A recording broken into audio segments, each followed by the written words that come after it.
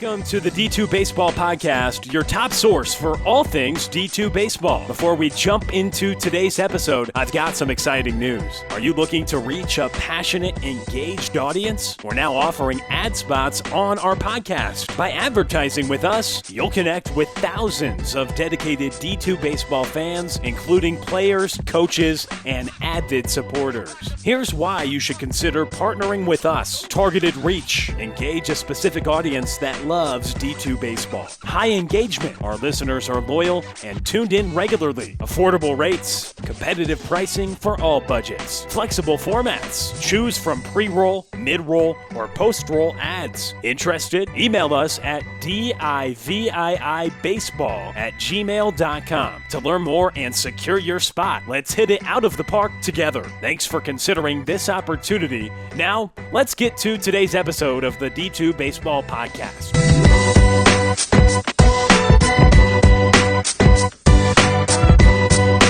Welcome into the Division II Baseball Podcast, our series on new head coaches in Division II baseball.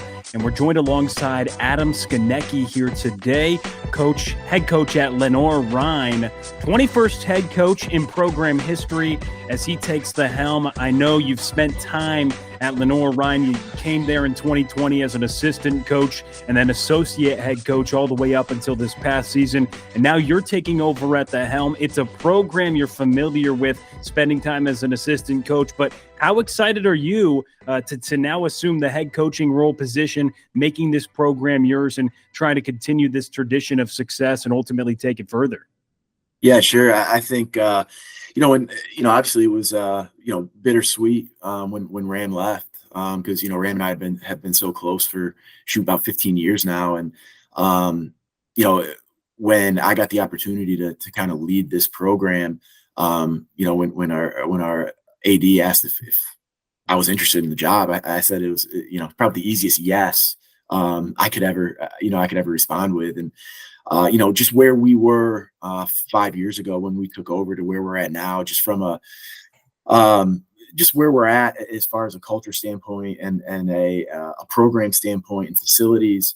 I hold LR in one of the top regards as far as just a great spot to be in the Division II realm, and our family has been so fortunate to be here at LR. My kids love it here. My wife works in the athletic department as the assistant director for the Bears Club. So we've kind of made LR home, and it was a no-brainer for us to just stay here and continue leading this program, which I think is one of the best in Division II baseball. So we're so fortunate to just keep our feet in Hickory and just keep building this thing and growing it. And Coach, you mentioned, the AD kind of talked to you if you were interested. Talk a little bit about when Ram officially took the Southern Indiana job, what that process was like when to eventually, say, hey, are you interested? And then eventually becoming the new head coach for Lenoir-Rhyne. Yeah, no doubt. It was funny when obviously Ram and I had been talking weeks leading up to him ultimately accepting the job. And, in the meantime, I did have a few conversations with Kim Pate just in case if this did happen.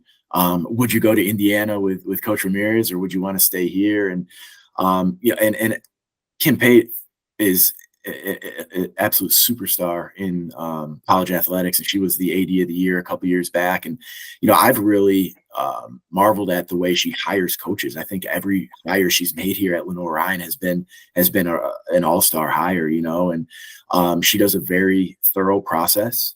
And more or less my process was the last 5 years, right? And she was trying to figure out who the next coach would be when Ram left.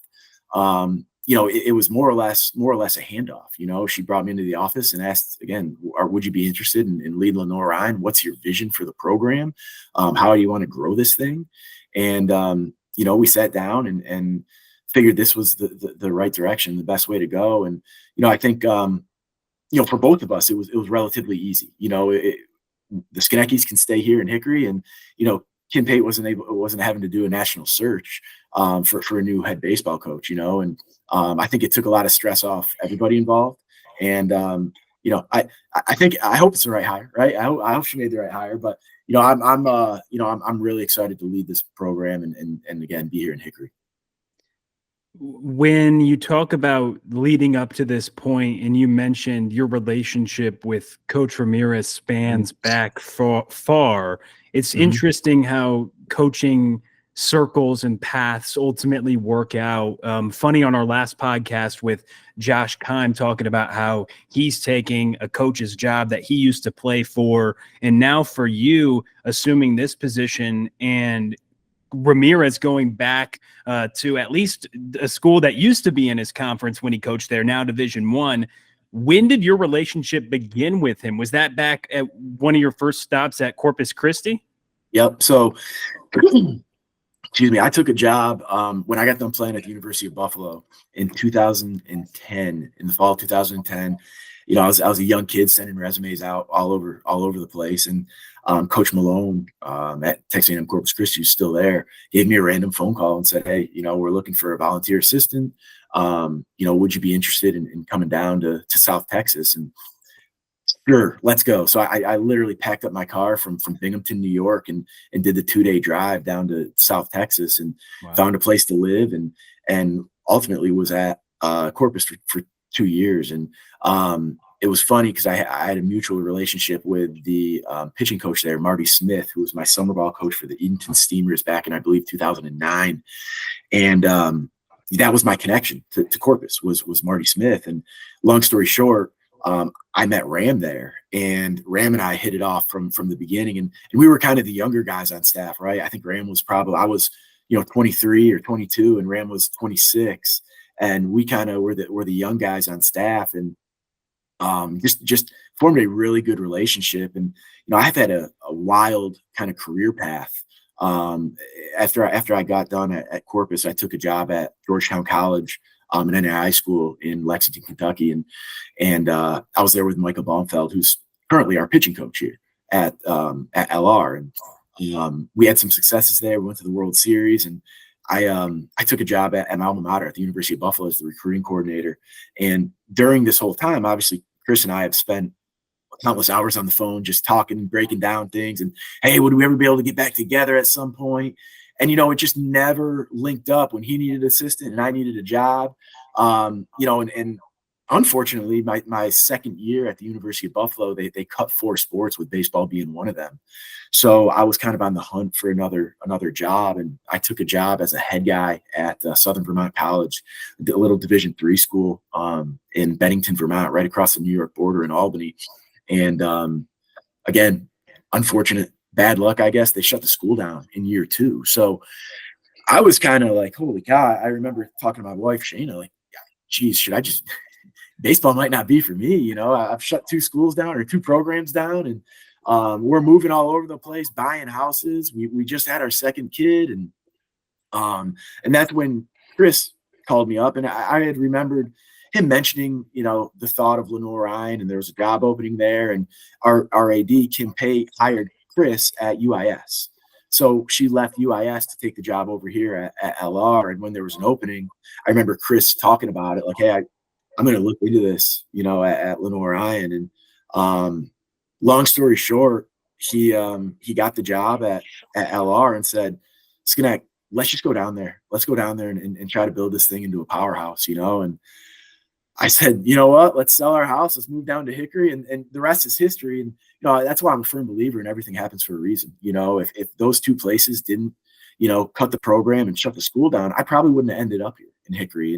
And now I'm sitting here in the headman seat at, what I consider one of the premier jobs in Division II baseball. And I couldn't be more fortunate now to be here at LR. And Coach, you mentioned it a little bit, and I'd be very curious to get your thoughts on it. The prefaces of a program shutting down, a school shutting down, and those experiences that you went through. One, like, what were those experiences like in terms of coaching and making sure players maybe get to a new program, and then 2, how does it prepare you for where you're at today?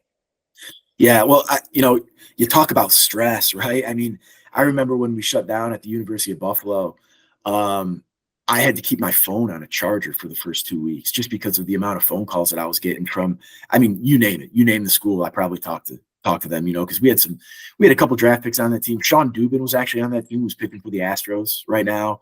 Logan Harasta was a 7th round draft pick. We had a couple more guys that played pro baseball off that team. So we did garner quite a bit of interest. And it was such a tough situation because you're trying to put the best product out on the field so you can get your next job, right? You want to look good and win games. And but on the flip side, you have 35, 40 guys that are now looking for a home, and plus your 10, 12 recruits that you were bringing in that year.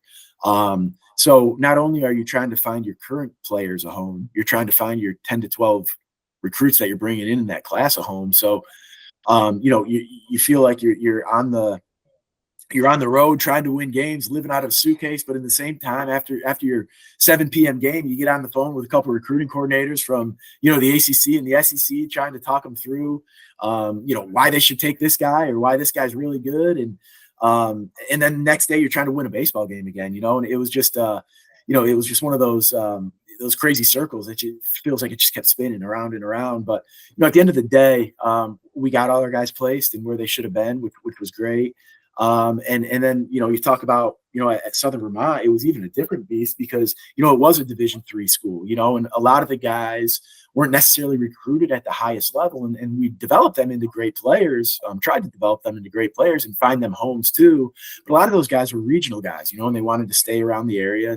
And so finding that right fit academically, athletically was a little bit different of a situation to navigate than it was, at the University of Buffalo. But I always, and I still try to reach out anytime I see a program shutting down or at least, I try to that. And then I know it feels like it's the end of the world. The coaching staff, I know it feels like it, it's the end of the road, but there's greener pastures and keep your head up, keep your nose to the grindstone. And, you're going to be able to find a new spot. You might have to make a couple sacrifices here and there, but ultimately, if you trust yourself and you trust the way you do things, you're going to be able to land on your feet and get a good position as well. And you bring that trust in to go back to your point about the initial decision to come down to Lenoir-Rhyne and build this thing into a power. Well, that's exactly what you did. You guys have put together winning season every season that you've been in the dugout, the first stretch of 5 straight winning seasons since 1950 to 54. And this past year, you guys set a new record for runs scored. You had just an electric offense hitting above 320. And you got to see the development of a guy like Zach Evans as well, some guys that get to go to the next level. For you offensively and just overall as a coach, what is it like and what type of principles do you bring offensively to a program in your eyes that are some core principles that help you guys flourish and have success? Right. One of my favorite stats is the one you just said, the runs scored per game, and I want to create an offense that is basically indefensible.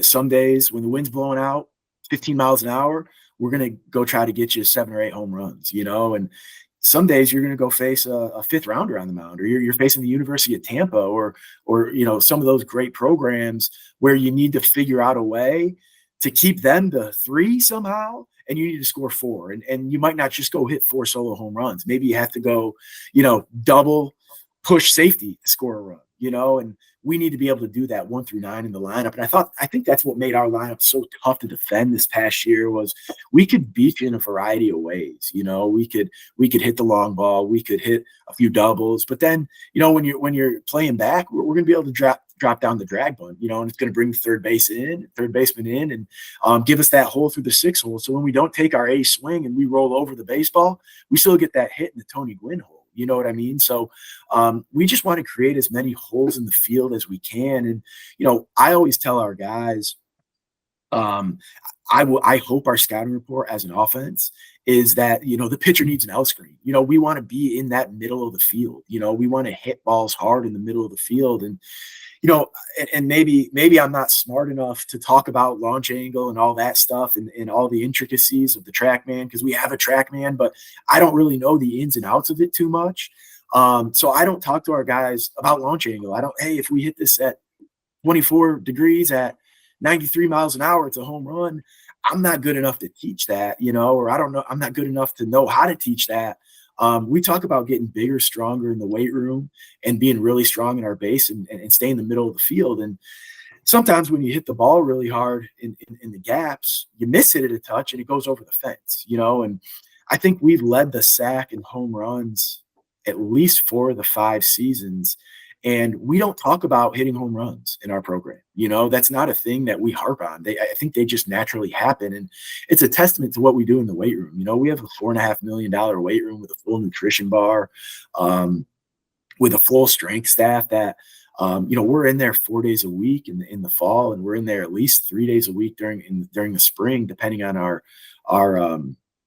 game schedule. But I'm a big advocate of getting in the weight room and getting bigger and faster and stronger and more athletic. And I think we all watch games on TV and you see these guys, Bryce Harper and Mike Trout and even the pitchers, Aroldis Chapman. I mean, those guys are humongous, and I don't think it's by accident that some of the superstars in today's game are specimens, and now are our guys going to turn into Albert Pujols? I mean, probably not. But, if we can get as big and strong as we can at our level, I think we're going to have a chance to be really productive. And, you brought up Zach Evans, and that's the perfect story. I mean, when I recruited Zach out of Niagara County Community College, he was the 6'3.5", 175-pound lanky kid that had I could see it. I could see him being able to be the guy that can hit double-digit home runs, but it wasn't in there yet. I always joked with Zach, I said, shoot, man,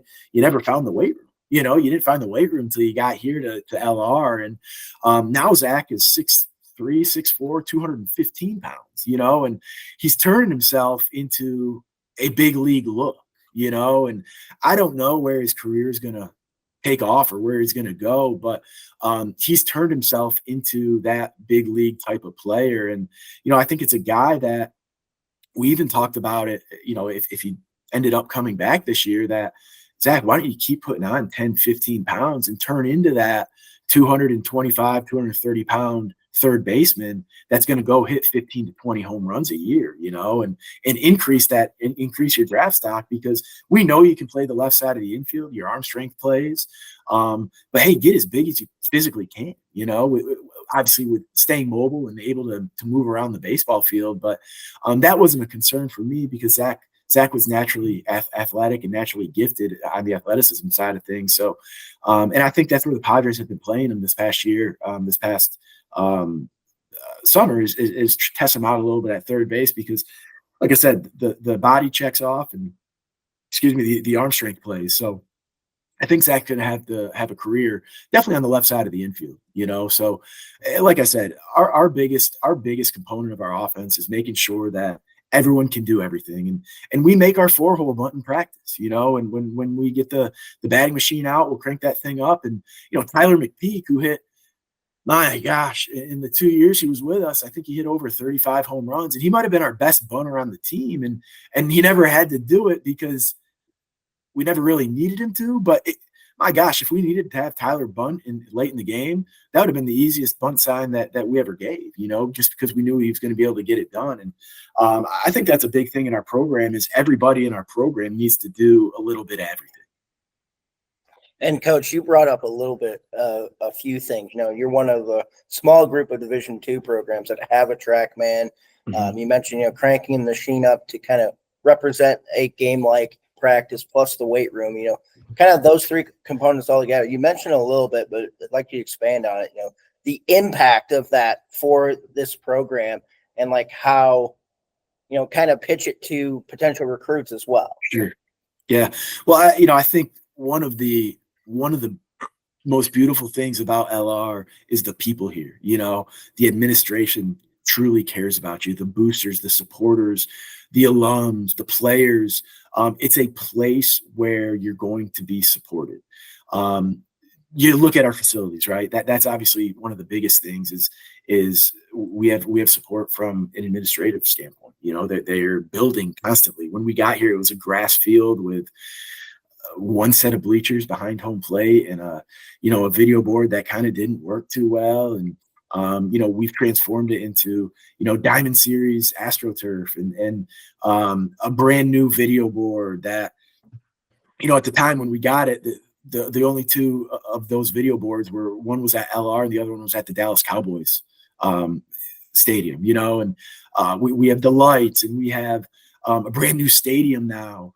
And, we're fortunate we keep building here. And I think building is just such a big indicator of success. Our softball is getting a $3 million upgrade. We just did, I believe it was about $20 million to football, and basketball we've done upgrades, and the thing at Lenoir-Rhyne is everybody wins here at LR, and it's expected, and I love the expectations. If we didn't have expectations to win, frankly, I don't know if that's a spot where you want to grow your career as a coach. And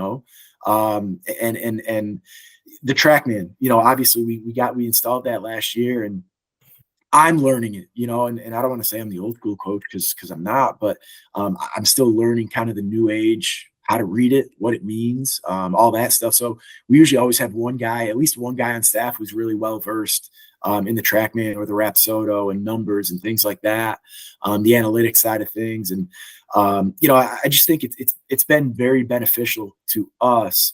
And even when we have recruiting events at our field, we have junior colleges, a junior college tournament at our field, or, we have high school events at our field.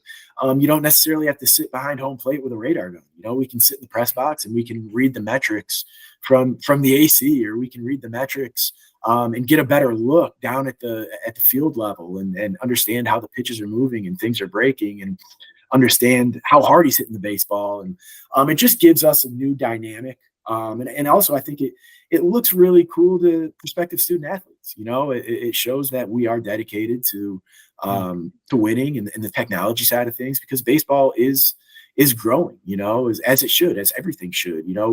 We as anything gets more knowledge, we should use it, and we're in a good place right now, where we have a little bit of everything. I think we can combine kind of the old school teaching, developing aspects, and then we can also get the new age development going with the TrackMan and some of the technology that we have with, the 643 charts and everything else that's available now. It just really helps our program kind of run at a relatively high level. Right. I mean, that's a good way just to disseminate all the information that's available is a challenge in its own right.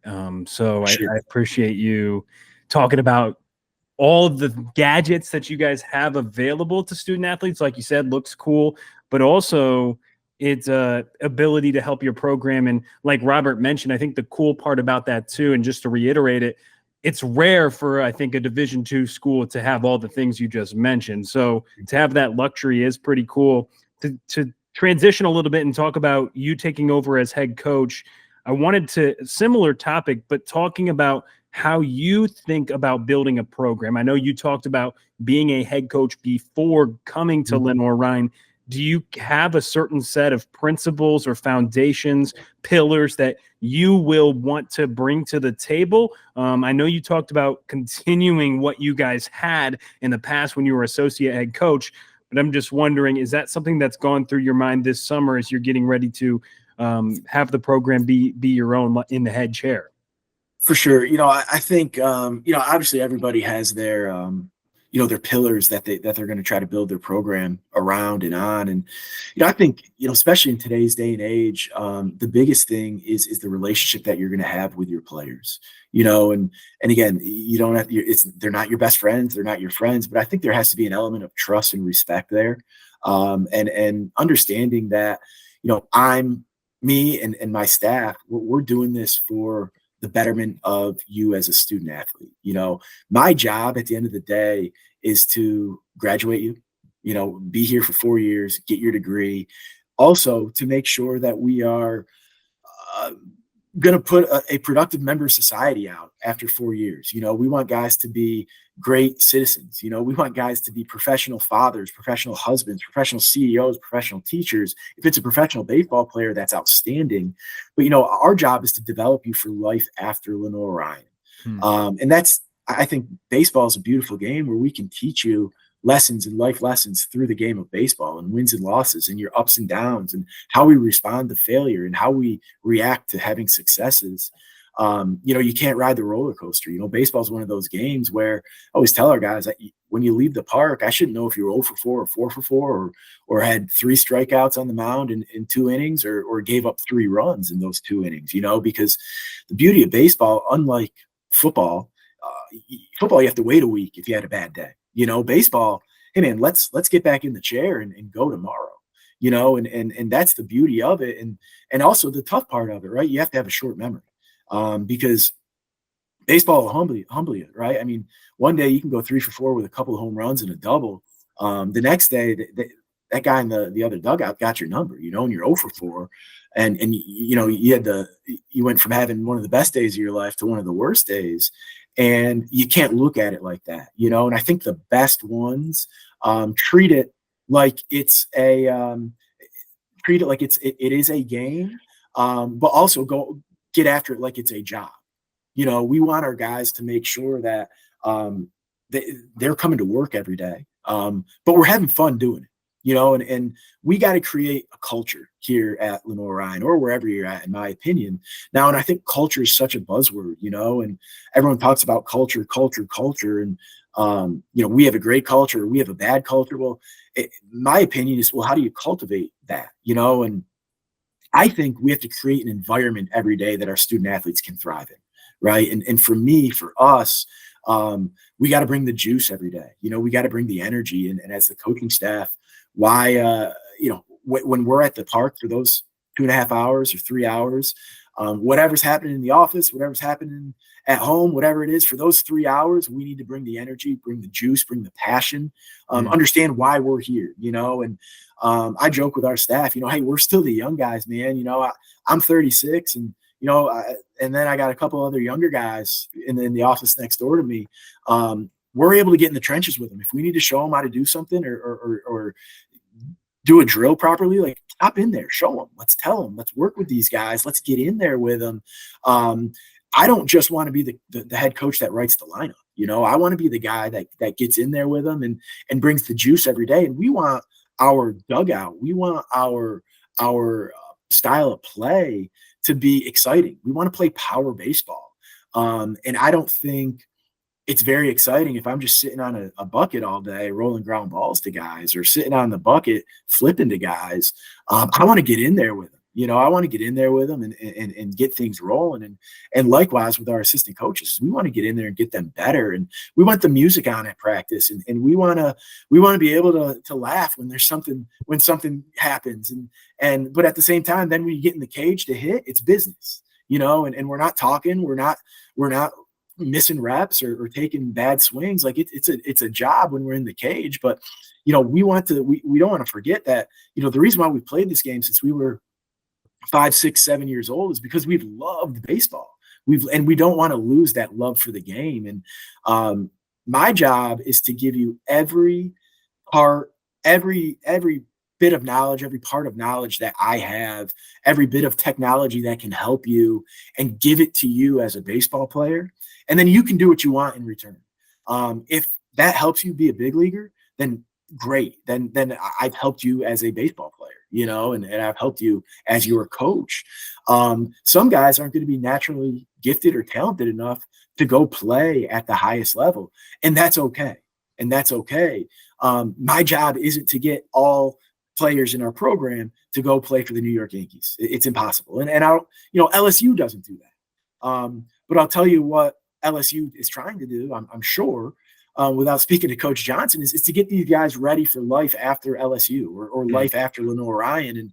And baseball is one of those games where we're going to be able to teach them life lessons, like I said, through the game of baseball. And the wins and losses, the ups and downs, it's all about how we deal with them and how we're going to respond to them. So, that's really how I want to cultivate my program and the atmosphere in the program. We want to have a sense of we want a blue collar work ethic and work really hard and get rewarded for how we do things, and we don't want to have the entitlement culture and we don't want to be spoon fed. And, we want to be hard workers, nose to the grindstone and get after it and get rewarded for our hard work. We don't want anything just given to us. And that's the thing. We haven't experienced the ultimate success, which is to win a World Series or even go to a World Series yet. So for me telling you, I know exactly what it takes to get to the Division II World Series. I don't know. So what we've been doing hasn't worked. So we have to change something, and we have to make it my own or our own in our program to get there. And then when I have the potion, we'll keep trying to do it that way. But I think each year is a different year, and you have multiple different personalities and different leadership, and sometimes you have coaching turnover, and you have to figure out the right recipe for success. And each year is a little bit different, and I think you can feel it out within the first couple of weeks of your team, what it needs the most and what it wants, where you're lacking. And that's my job as the head coach, is to feel out the program and where we're at and how we can kind of make our figure out where we're lacking and how we can bring that up to a high standard, and the job as the head coach is to manage a lot of personalities and get them all to click, to buy into the same page, which, for us, we're not afraid to talk about winning at a high level. And I'd be lying to you guys if I told you a goal of ours wasn't to go to the College World Series. It is, that's one of the last goals on our sheet to check off, but we start small.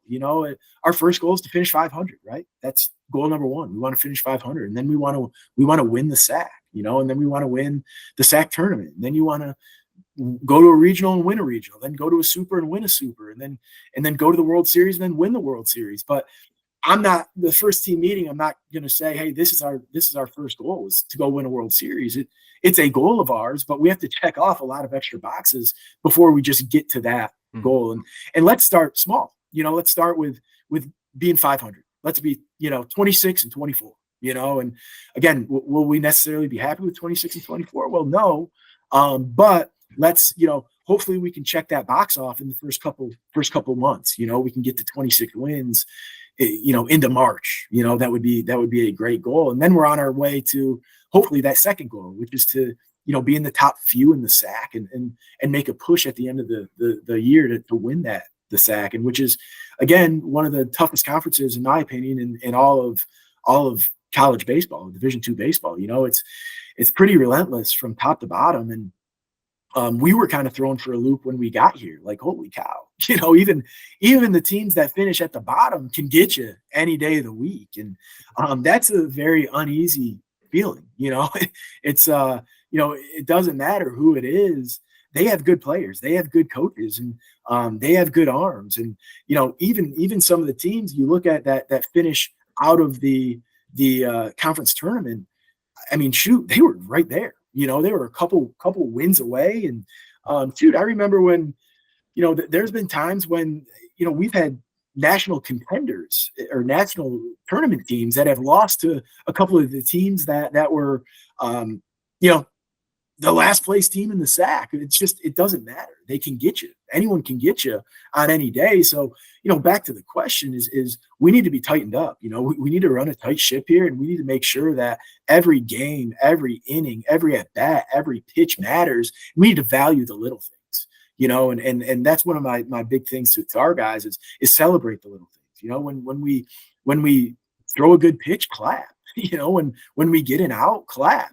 When we score a run, celebrate, because it's hard to score runs. And at the end of the day, winning isn't easy, and we're never going to take a win for granted, because every time you step on the field, both teams are trying to win. So realistically, you have a 50-50 chance of winning each time. And when you first step out on the field, and nobody wants to lose. I've never gone into a game saying, well, I think we're going to take an L today, and we're competing every day to win, and we can't lose track that it is tough to win every time you step on the field. So we want to celebrate the little things. So ultimately it gets to the big things, which is wins. And then again, conference tournaments and regionals and super regional bursts, World Series, so on and so forth. So that's our goal for the program, is just take it day by day, pitch by pitch, and kind of grow our program in that aspect. And Coach, you mentioned a little bit, in your experience, the last 5 years coaching in the South Atlantic Conference, plus the Southeast region, where over the last 4 years, you've had 2 national champions. Talk about some of the challenges you have to face against this quality competition day in, day out. And 2, how does, that help you prepare for the amount of level of talent you need to be at to be a successful program at Lenoir-Rhyne? I mean, it goes without saying. I mean, you look at, even just since we've been here, 2020 obviously was the year that got canceled. But Coach Gann's Catawba team might have been one of the best 2020 teams that I have ever seen in my going into my sixth season here at Division II baseball. They were just absolutely loaded that year, and unfortunately for them, the season was cut short. But I thought that was a team that, man, if they didn't win the World Series, they were going to be in the talk to be in the World Series. They had some really talented ball players, and then obviously in 2021, you had the Wingate program with Coach Gregory, who won the World Series, and it goes to show how strong the SAC is. Wingate was the 4 seed in the SAC that year, and they go on to win the College World Series. And again, they had draft picks left and right and really good ball players and just a really good club. And 22 was at North Greenville, right? The North Greenville powerhouse year with Coach Powell and John Michael Sale and those guys, the best hitter in Division II history. They were just an outstanding program who, again, they were in our region, and we lost to them in the regional final that year. And it was, again, I think we played them 5 or 6 times, 5 times, I believe. And, we went 2-3 against them that year, and we only lost 13 times in 2022. And 3 of them were to North Greenville, and one of them was to Wingate, who, those were 4 losses at the time to the number 1 team in the country, so, I mean, it's relentless. And again, in 2022, I believe we were number 11 in the country when the regionals came out, and we were the 4 seed in the Southeast region, so it's crazy. There's just a lot of good talent. I think Pembroke was ranked higher than us nationally. And then you had Wingate and North Greenville, obviously, that were ahead of us in 22. And, then in 23, Angelo State ended up winning it that year. But, I thought that North Greenville team was almost just as talented as that 22 team that they had too. And obviously last year, the Catawba team went to the World Series this past year. So, I mean, like I said, it's day in, day out. You're going to face some really good teams. And, even in the Conference of the Carolinas, that, kind of North Greenville had those 2 powerhouse years where there were a couple other teams in that league that probably could have made a run at the World Series if it weren't for North Greenville being that much of an all-star team, So it's helped me. It's helped me as an assistant coach, because I've learned what it takes to be at that level, and what type of talent you need to play at the highest level. Because, arrogantly, you look at, again, the last 5 years, I think, what was it, two winners have gone on to win the World Series. So you have a decent chance to at least compete on the biggest stage if you can get out of this region, and I think that's kind of the toughest thing to do is can you get out of the Southeast region, and I think at the end of the day, there's a lot of really good coaches in this region. I think all those coaches would have told you that if they didn't have those good players, they probably wouldn't have got to where they were, and I think that there's a lot of coaches that can coach anywhere in the country in this region. But I'll tell you, the players make the program, right? And it's our job to make sure that they're buying into our common goals and our core values, and that's our job as the coaching staff, is to be able to teach and develop. But it's a lot easier to coach guys like Zach Evans. They make us look really good. Interesting how you bring up Southeast region as well, just because with Robert and I going through all of Division II baseball, looking at every region, looking at how those regions perform in the postseason, particularly in Cary. I mean, the Southeast region is right up there since 2010 with any other region in terms of wins in Cary. And we were talking about it too as well this year with the selection show. It was tough for us because we kind of knew, okay, like, Lander was a really good baseball team this year, but unfortunately with the automatic qualifier of Georgia College from that conference. They weren't going to get in. And then a Columbus State team was really good. A Barton team was really good. And we were just thinking like, man, it would be great if there weren't regions for the Southeast region's case. Is there some things like that coaches talk about, like hoping to get to 64 teams one day, or other changes in Division II baseball that you look at? Sure. So obviously this is my first couple months as the head coach. I haven't been really in too many of the head coaches meetings, but arrogantly, I'd love it if we went to more of we would expand, or like the Division One, the Division One model, in my opinion, is beautiful for a program like ours, right? Because the South and the Southeast region are two of the, again, what I think is two of the top regions in the country, and I think there were a time when I was looking at in the middle of the year last year, there were 16 or 17 teams in the top 30. In Division II baseball, just in the Southeast region, and there's only 7 spots for a regional, in the Southeast. And if we're talking about, finding the best team in the country to go play in Cary, I think it would be great for the sport of Division II baseball to kind of expand, and because you do have teams like you just said, Barton, Columbus State, Lander. They're probably, there's an argument they're a 3 or 4 seed in some other regions, and again, I don't have the stats in front of me, but you feel bad for those teams that are more or less getting snubbed out of a chance to play in the postseason, because those guys deserve it. And I think even in 23, we were kind of in that same boat. We were just about a 40-win team, and we were on the outside looking in. I don't even think we were the 8th seed, at the time. And man, we put together a pretty darn good year in one of the toughest regions in the country, and ranked for most of the year. And we didn't really get talked about much to be that 7th seed even in a regional. And it's a tough pill to swallow, because now as the head coach, you're trying to figure out strength of schedule, that you're trying to figure out, quality wins, and you're trying to play that game as well. And then playing the sack schedule, the grueling sack schedule. So it's relentless. I'd love to see the field at least expand, right? And maybe give a couple more regions, a couple more teams.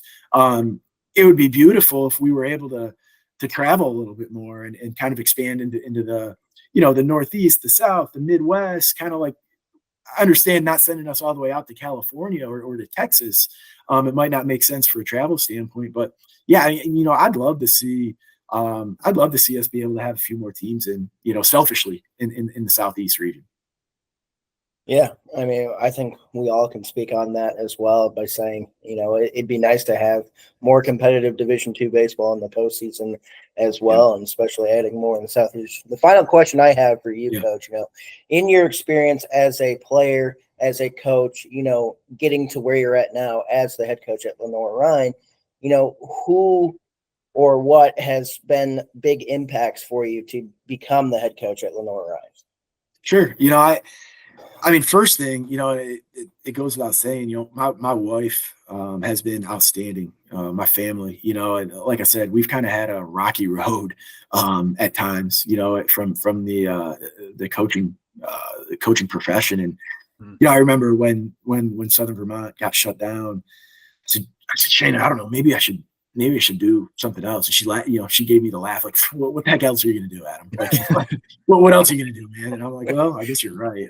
I guess I better keep plugging away, throwing my resume in some other places. So, without her, I wouldn't be here, and you look down the line, Scott Malone got my career started here at Texas A&M, and we stay in touch daily, still to this day. And just, got me started, got my foot in the door, showed me what it was to be just a coach, a leader. I think Coach Malone is the best at being just a real, true person. He treats the janitor the same way as he treats the AD.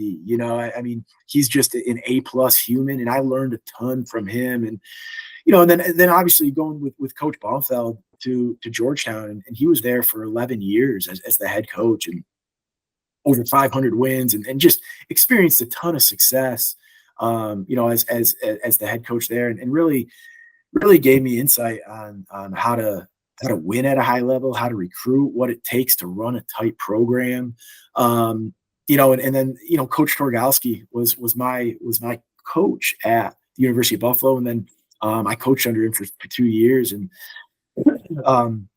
learned a bunch from him as well, and then finally Ram, with Ram, it was kind of one of those things where it felt like we've coached together for 15 years, but we really just talked on the phone every day for 15 years. It felt like we were in each other's office every day, but it was just more or less we were, on the phone with each other. And, I'm sure throughout the years, my wife always would joke about it that, I talked to Chris more than I would talk to Shayna, you know what I mean? And again, it would just be bouncing ideas off each other. And what do you think about this? And hitting drills and recruiting. And, hey, did you see this guy? Do you know the coach over here? And we've kind of formulated our own thoughts and kind of meshed them together into how to run a program. So, all those guys have been influential in what I've done. And, obviously my parents, they played a huge role in just my athletic career. My father played for the New York Giants for a little bit, won a national championship with Syracuse as a football player. So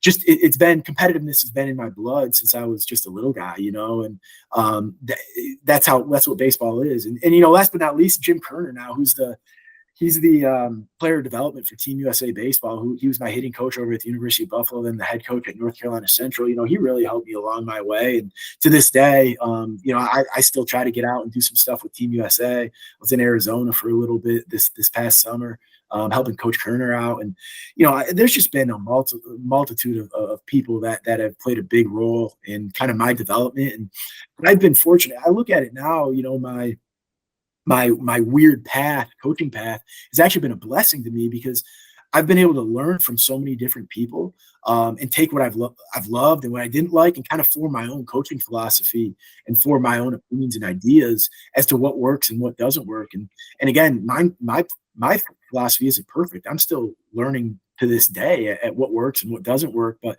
hopefully I think the goal is, down the road, when we do this interview and, 10, 15 years, I can tell you that, my coaching philosophy is sharper than it was 15 years ago, and I think in any profession, if we're doing things, not setting our ways with the goal and the mindset to get better at what we do, we're going to flourish in our job, and I hope I'm better tomorrow than I was today, and I think if we take that mindset individually and we pass that along to our team, I think that's how winning happens in life, not just in baseball. We just need to stack the days, continue to stack successful days on top of each other. And the more we can do that, the more we're going to have a chance to be successful. So, those are just some of my main people that I wanted to shout out, and kind of philosophy in general. Final thing I have for you, I know we've talked about it a little bit. Hickory, North Carolina, beautiful place, beautiful campus. And I just wanted to ask you, I know you talked about the weight room. Did you say $4 million? Or it was, don't quote me on it. It was about $4 million. Yeah. Oh, well, whatever it is, it's a beautiful facility. And you talked about getting into it with the guys. Do you still get in there in the weight room aspect with the guys as well? So I won't go in there with them. They have a little bit too much energy for me. When I'm kind of doing the beach workouts.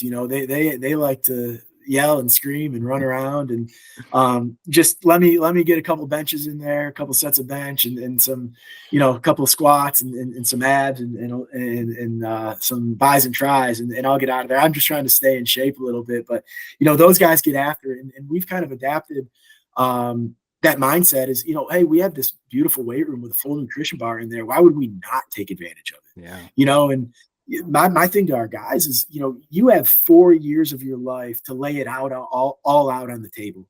Why wouldn't you try to get as big and strong and fast, as agile as possible? After your 4 years is up, if you don't want to touch the weight room again for the rest of your life, you don't have to. Yeah. But I think we've instilled that, and it's kind of a mindset thing now, is it's part of our program, and development for us doesn't just happen on the turf. I would say even more so in the weight room, because I've been fortunate enough to have a few guys to play at the next level and coach a few guys that are playing in the big leagues right now. And the thing that's been consistent with them is their dedication to the weight room. And I don't think it's just a coincidence.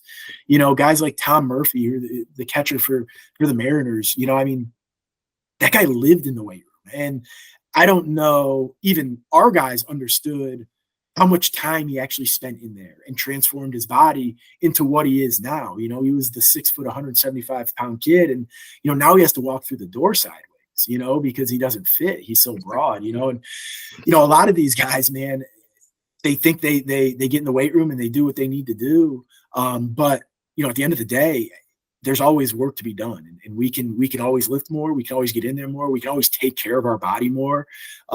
Instead of, getting your hour lift in and go grab an Uncrustable and some trail mix and a protein bar, instead of going to McDonald's and getting the Big Mac and fries. You just wasted an hour of your day by putting crap into your body when you could have eaten a protein shake and a Cliff Bar, but instead you wanted to, not eat anything or go to McDonald's or Burger King and, just try to instill those little things. And I always talk to our guys, hey, if you can make 20 little changes in your diet, instead of picking up the bag of Doritos, pick up a box of grapes, or instead of getting the Snickers bar, like pick up a Cliff Bar, or eat a salad with some lean chicken in it instead of, getting the Big Mac or the Whopper.